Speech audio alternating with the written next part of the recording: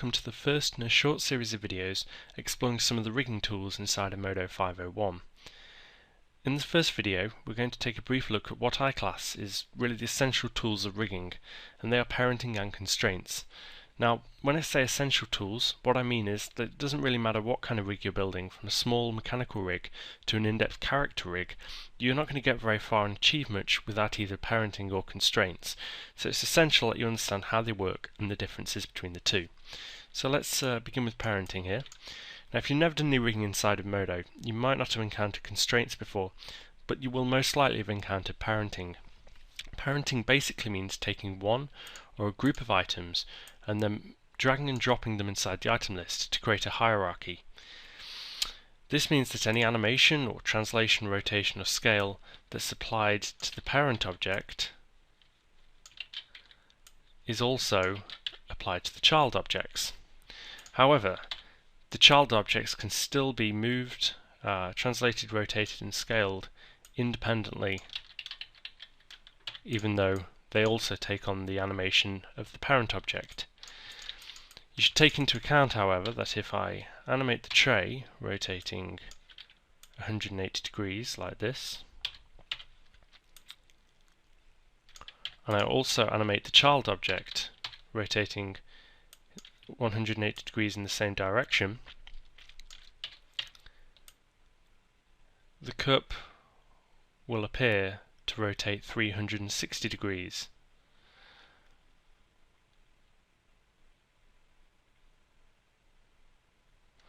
So if you look at the handle, it's pointing in that direction over here. However, as we do the animation, it's still pointing in that direction over here. And the reason is the cup is having 180 degrees animation of the tray and 180 degree of its own animation added to it to create 360 degrees of rotation. So that's always something you've got to take into account. So as you can see, parenting is super easy to set up. It's easy to see what's parented to an object and what's not. It's easy to unparent things just by clicking and dragging them outside of the hierarchy. But parenting really lacks power and control, because once an item's parented to another, there's no way to animate that parent on or off, and there's no way to stop the child item following along. This is where constraints come into their element. Now, there's tons of different kinds of constraints inside of Modo. There's position constraints, rotation constraints, path constraints. There's tons. And constraints essentially allow you to glue one item to another.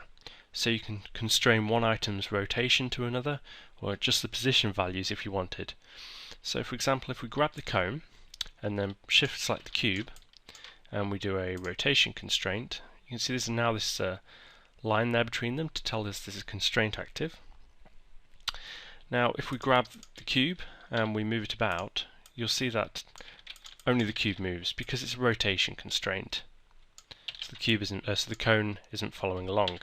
However, if we rotate the cube, you can see that the cone now matches the rotation of the cube. Constraints are powerful because you can animate a constraint on and off. So you could have one object pick up another object, move it across the screen, and then drop the object. Basically to give you the power and control that parenting lacks. However, there are some big downsides. A constrained object is locked to the object it's constrained to. So if we grab this the cone here, it's rotation constrained to the cube, so that will actually block us from adding any extra rotation on. Also, it's not really easy to see in the item list what two objects are constrained together.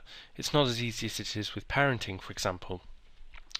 So parenting and constraints both have their situations where one would be more ideal than the other.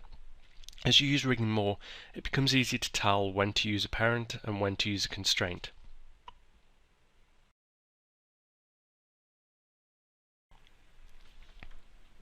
Okay, so following on from that brief introduction to parenting and constraints, we're going to be applying that knowledge now to this tricycle model to create a working animation rig. So I'm just going to show you firstly just what's set up currently on this model. I've created a central locator called tricycle SRT, which allows us to apply any scaling, rotation, or translation to the actual to the tricycle as a whole. And when we come to the actual animation phase of this, we'll be doing any actual animation of the model using this locator. Inside of there, all the geometry is pretty much just dumped inside, so we're going to have to go through and use parents and constraints to kind of clean that up and give some order to it.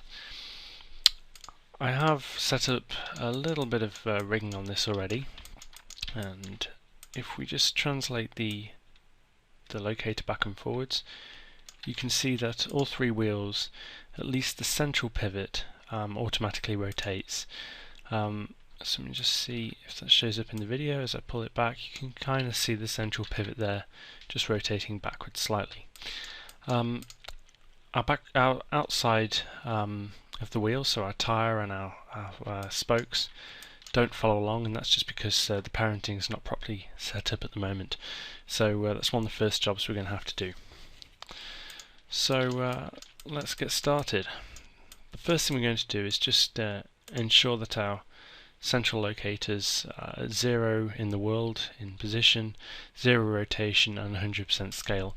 And that just means that whatever we're setting up, we know that any setup's done at the center of the world. There's no animation applied or no positioning or rotation or scale applied to it. It just makes it easier to find problems. Okay, so the first thing, as I said, we're going to set up is the wheel, and we're going to do this using parenting. So I'm just going to press 0 on the numpad to expand the item list out. Now, as I said before, the rotation is automatically applied to this central pivot, so it makes sense that all these outer items should be children of that central pivot there, so they'll follow along. So that's what we're going to do. We're going to find that in the item list, select the 3 outer items and just drag them inside. And just to show that working, now as we translate the locator back, the wheel rotates along perfectly. We're going to do the back wheel the same way. So select the outer there and drag it in to the wheel pivot.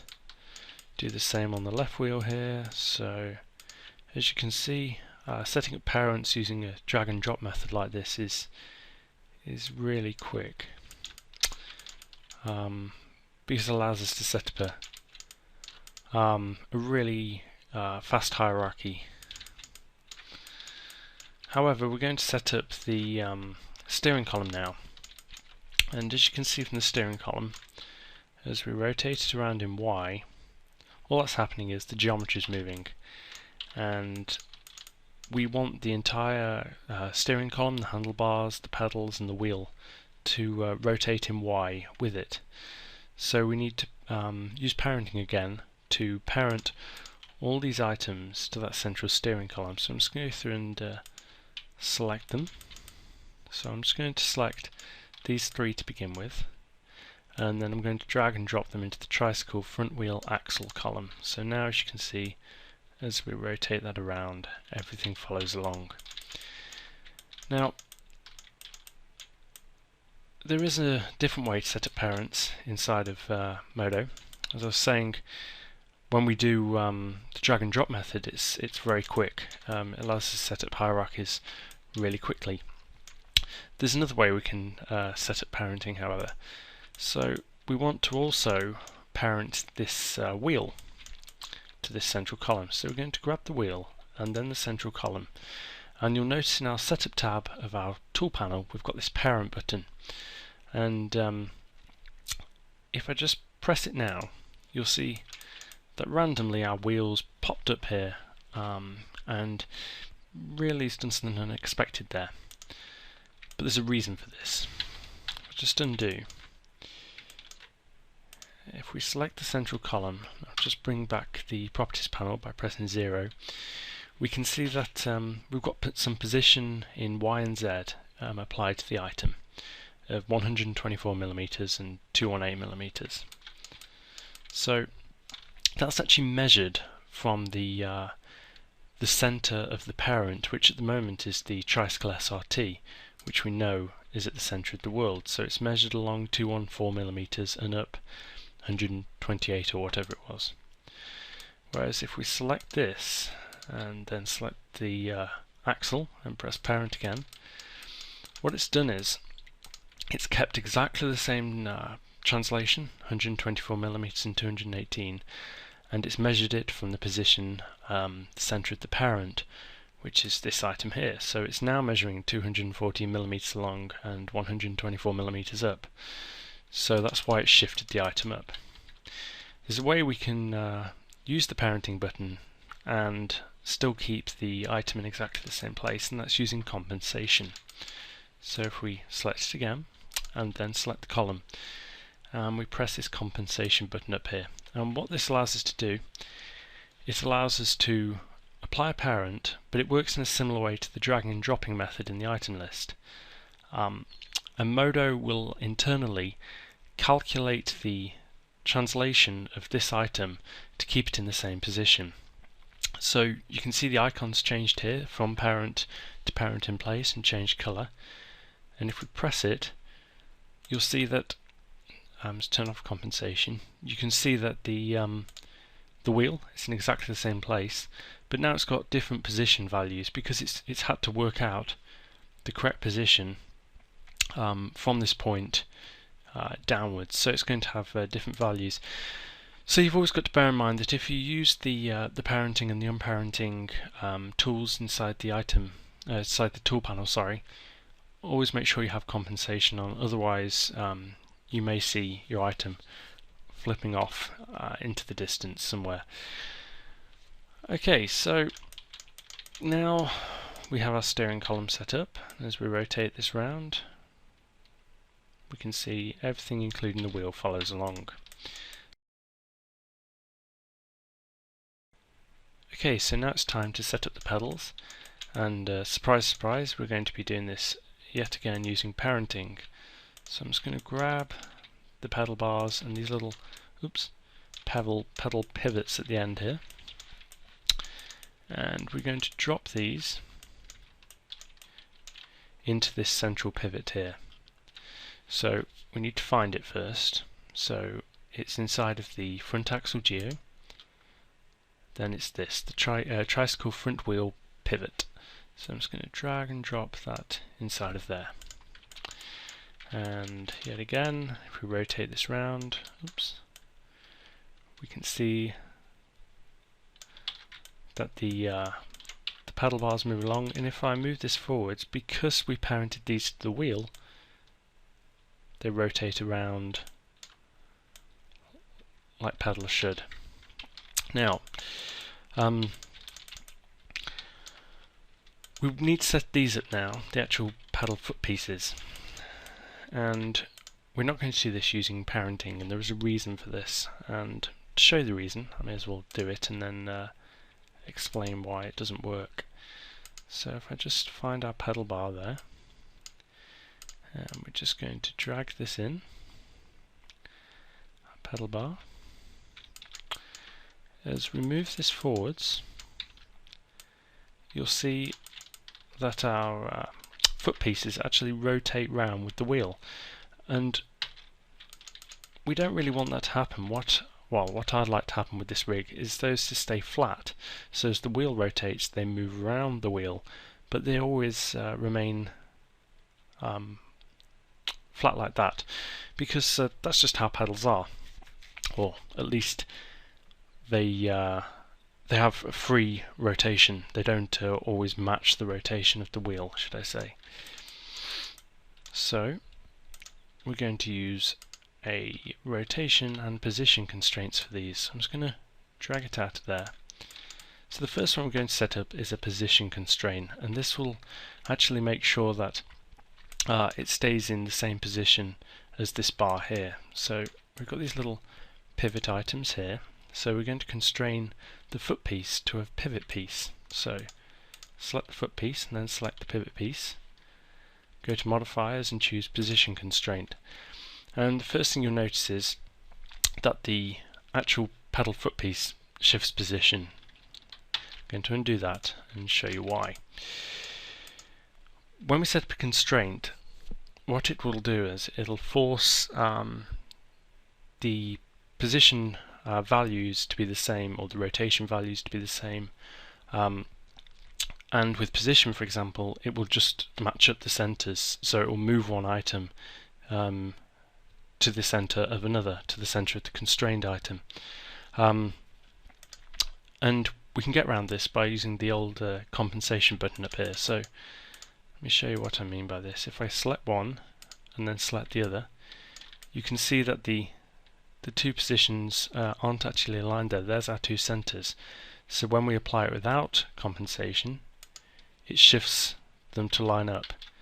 If we turn on compensation and press position constraint, it'll apply some offset, so it'll keep this foot piece in exactly the same position, but the position constraint still applies.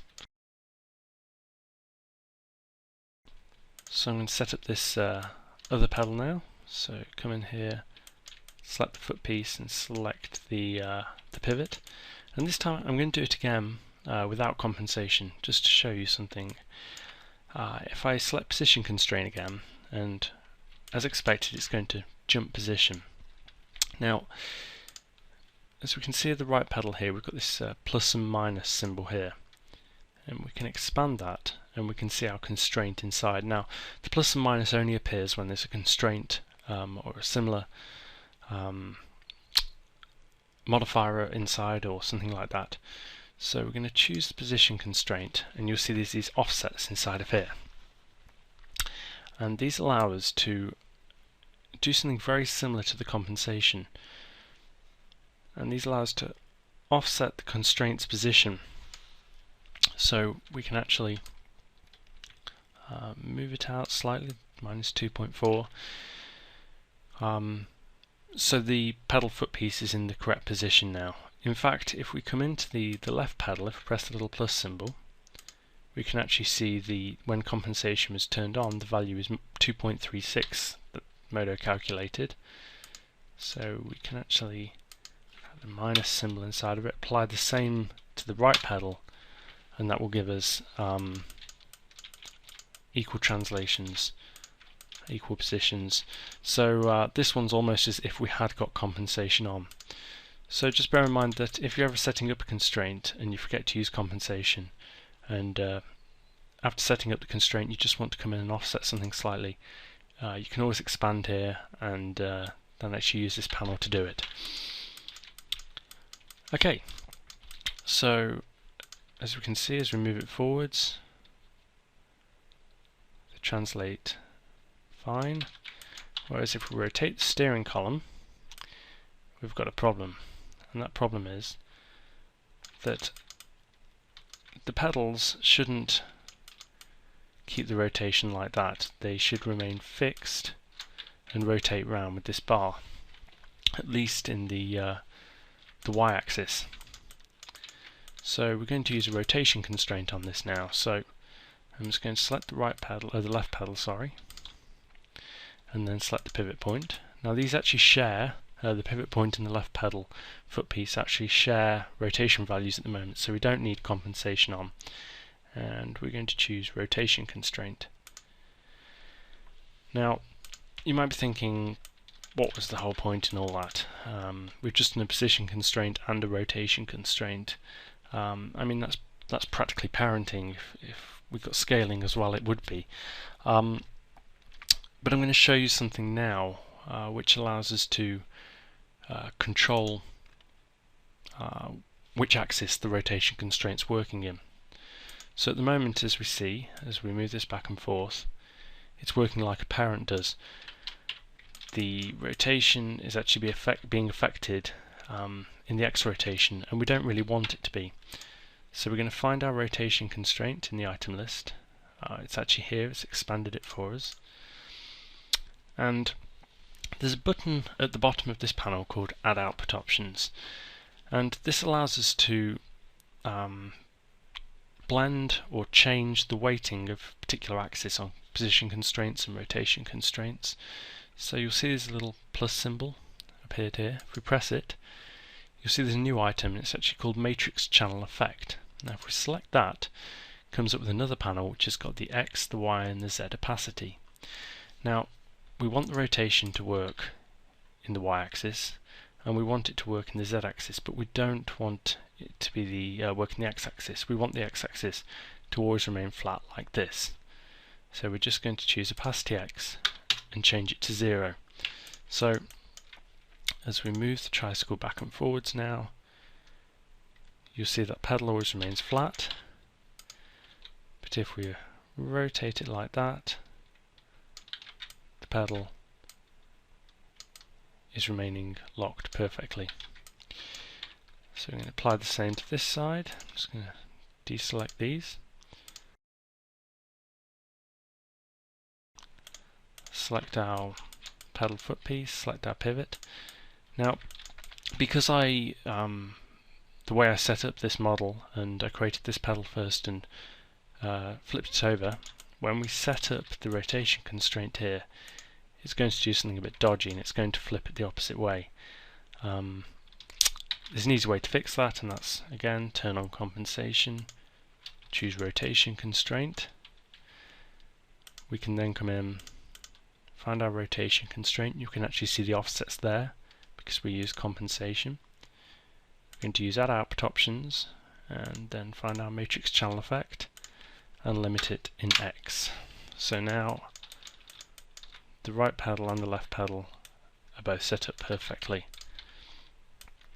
One added advantage of using the opacity in X, Y and Z is that we can now come in and we can apply any animation to that X channel, because it's not actually affected by a constraint at the moment, whereas we can't actually rotate any of the other axes.